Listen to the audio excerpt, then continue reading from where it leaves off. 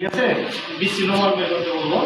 তা আমাকে বলছে কি আইএল বিসি এবং ক্যাপাসিটর এবং ইন্ডাক্টরে সঞ্চিত শক্তি।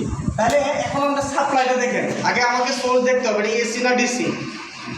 মানে এটা কিন্তু খুব গুরুত্বপূর্ণ একটা বিষয়। এরকম সার্কিটের ক্ষেত্রে তখন তুমি লিখবা না, এদিকে খেয়াল করো। এটার ক্ষেত্রে খুবই ইন্টারেস্টিং একটা বিষয়, সেটা হচ্ছে আমার সার্কিটটা এসি না ডিসি এটা আমাকে চিনতে হবে।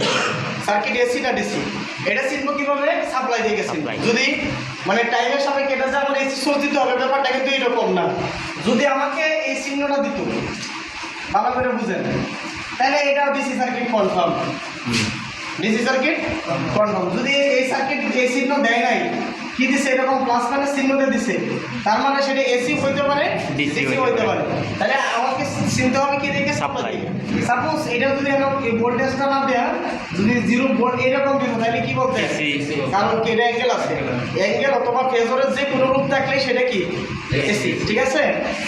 আর যদি বইলা দেয় ডিসি, তাহলে আর সমস্যা নাই, ফেজর থাকলেও কি হইব? ডিসি হবে। যদি বইলা দেয়, বলে নাই, চিহ্ন দেখে চিনতে হবে। যেহেতু অনলি ফর খালি অ্যাম্পলিটিউড মান না দেওয়া আছে, কোনো অ্যাঙ্গেল ট্যাঙ্গেল নাই, তাহলে এই সার্কিটটা কি ডিসি, আমরা কনফার্ম হয়ে গেছি। তাহলে ডিসি সার্কিটে ইন্ডাক্টর কি হয়ে যায়? শর্ট। ক্যাপাসিটর কি হয়ে যায়? ওপেন হয়ে যায়। কিন্তু প্রত্যেকটার মধ্যে কি হয়? চার্জ সঞ্চিত হয়।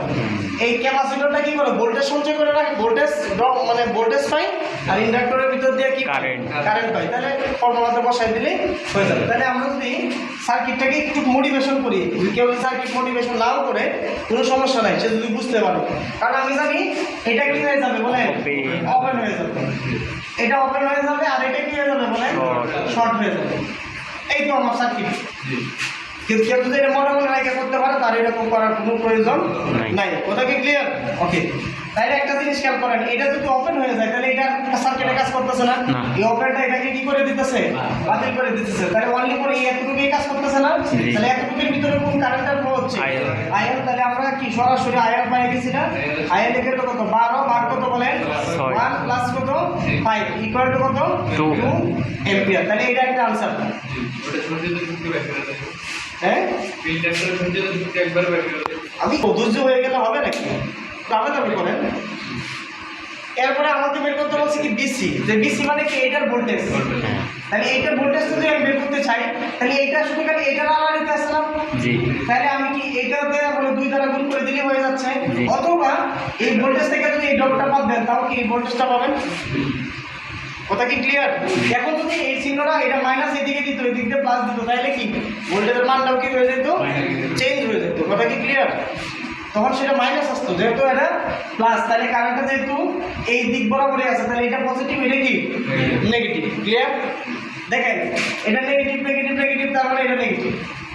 এটা পজিটিভ পজিটিভ পজিটিভ, তার মানে এটা পজিটিভ। তাহলে কারেন্টটা কি পজিটিভ চিহ্ন দিয়ে যাচ্ছে, তাহলে ভোল্টেজের মানটা কি হবে? পজিটিভ হবে। তাহলে আমরা সরাসরি লিখে দেবো। তাহলে এই শাখার কারেন্টটা আছে কত? তাহলে বিসি ইকুয়াল টু কত লেখা যায়? এদিকের কারেন্ট আছে 2 ইনটু ভোল্ট, রেজিস্ট্যান্স কত? 5। তাহলে কত হয়? 10 ভোল্ট। তাহলে এটা একটা आंसर। কি ক্লিয়ার? এখন কি ক্যাপাসিটর এবং ইন্ডাক্টরের সঞ্চিত শক্তি। তাহলে ক্যাপাসিটর সঞ্চিত শক্তি WC equal to half into CB square. CB square. B square বলতে কি BC লিখছে না? তাহলে BC স্কয়ার, যেটা আমি যেটাতে ডিনোট করছি। কথা কি ক্লিয়ার? তাহলে এখন মানটা বসাই দেবেন। হাফ ইনটু C এর মান কত আছে? 1 ফ্যারাড ইনটু B এর মান কত আছে? 10 ভোল্ট স্কয়ার। কি বলেন? তাহলে কত হয়? 150। তাহলে এককটা কি হবে বলেন? যেহেতু শক্তি, শক্তির একক কি বলেন? জুল। শুধু দেয়া লেখলেও কি বুঝবো আমরা? জুল। কথা কি ক্লিয়ার? এটাতে অনেকেই ভুল করে, এটা ওয়াট লেখে। এটা আমি বললাম, কিন্তু মানে বললাম না। 80 মাসের যত পরীক্ষা দিয়ে আমি দিচ্ছি, কেউ আর জুল লেখে না, ওয়াট লেখে। এটা হচ্ছে মানে হাতের, কারণ জুলের তো সাধারণত আমাদের সার্কিটে বের করা হয় না। সবাই ওয়াট লেখে করে অভ্যস্ত, ওরা মনে করে এটা পাওয়ার, এই জন্য ওয়াট লেখা দিয়ে দেয়। ঠিক আছে? তো এটা ভুল করবেন না, যেহেতু শক্তির একক কি? জুল। এটা মাথায় রাখবেন। এরপরে কি ইন্ডাক্টরের সঞ্চিত শক্তি। তাহলে WL ইকুয়াল টু কত লেখা? N I square. I বলতে না I আমি যেটা লিখবো সেটা স্কয়ার দেব। কথা কি ক্লিয়ার? তাহলে আমরা কিন্তু ফর্মুলা যখন লিখছি তখন কি লিখছি? W equal to half into L I square, small letter লিখছি। কি বলেন? আরেকটা কি হাফ ইনটু CB স্কয়ার। কিন্তু আমি এখন যেটাতে প্রকাশ করছি এটাই লিখবো এখন।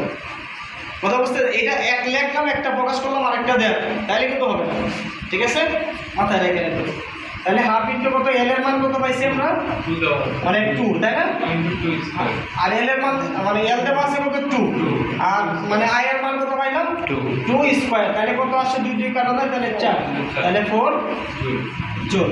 তাহলে এটা আরেকটা आंसर। বুঝতে পারছেন না, পারেন নাই? জি তাহলে এরকম যদি ইন্ডাক্টর ক্যাপাসিটরের ম্যাথ দেওয়া থাকে তাহলে পারবেন কিনা? ইনশাআল্লাহ। ঠিক আছে, তাহলে এটার সাথে আরেকটা ব্যতিক্রম আছে, যেটা ডেস্কুতে আসছিল, এটা করা হবে। ঠিক আছে, এটা তুলে